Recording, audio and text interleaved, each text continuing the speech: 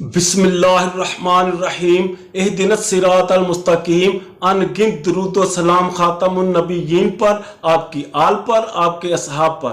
ناظرین، میں ہوں آپ کا میزبان شیخ عبدالرشید اور آپ دیکھ رہے ہیں میرا یوٹیوب چینل اور فیس بک پیج۔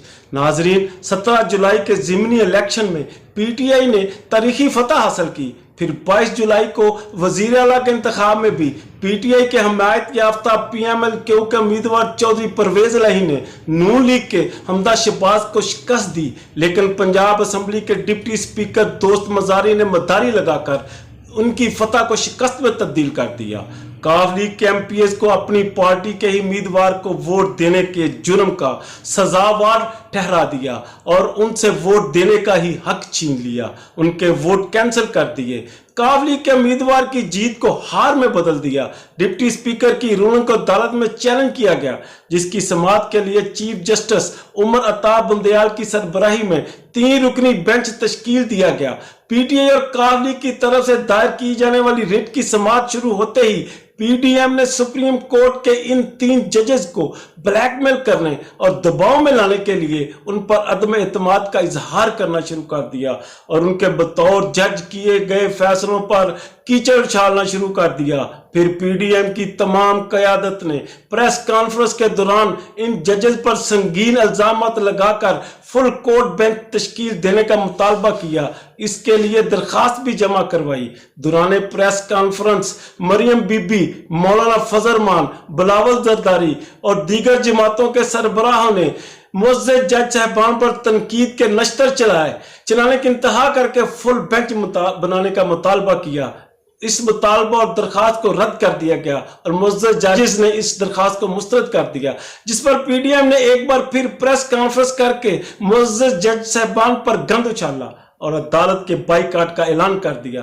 فل بینچ نہ بنانے کے فیصلے پر نون لیگی وکیل قومی خزانہ لوٹ کر آل شریف اور زرداری کی غنایا سے مستفیض ہو کر غنی بننے والے بغض عمران کے بخاری بھی فل بینچ نہ بنانے پر طرح طرح سے تنقید کر رہے ہیں۔ میرا ان سے خاص طور پر وکلاء سے ایک سوال ہے کہ کوئی دہشت گرد، قاتل اور ڈاکوؤں کے ورثاء پریس کانفرنس کر کے ان کے مقدمات سننے والے ججز پر عدم اعتماد کر کے فل بینچ بنانے کا کہرام برپا کر دے تو کیا ججز کو ان کے آگے سر نگو ہو جانا چاہیے؟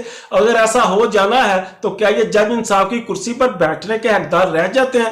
ویسے ایک یاد دہانی کرواتا چلوں ان صحافیوں کو جو آل شریف کی مدح سرائی کو اپنا ایمان بنا بیٹھے ہیں کہ یہ وہ لوگ ہیں جنہیں ملک قیوم جیسے جج انصاف پسند لگتے ہیں، کیونکہ وہ ان کو اپنا آقا سمجھتے ہیں اور فیصلہ بھی آل شریف کے مطابق کرتے ہیں۔ اگر کوئی جج آئین اور قانون کے مطابق کرے تو پھر سپریم کورٹ پر حملہ بھی کروا دیا جاتا ہے۔ جسٹس سجاد علی شاہ کا واقعہ اس بات کی گواہی ہے۔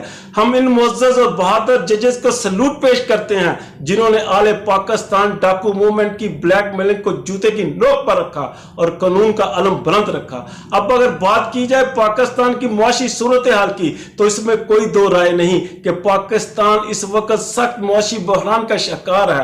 بد انتظامی اپنے عروج پر ہے، غریب سے غریب تر ہو گیا ہے، بے روزگاری اور مہنگائی نے عوام کا برکس نکال دیا ہے۔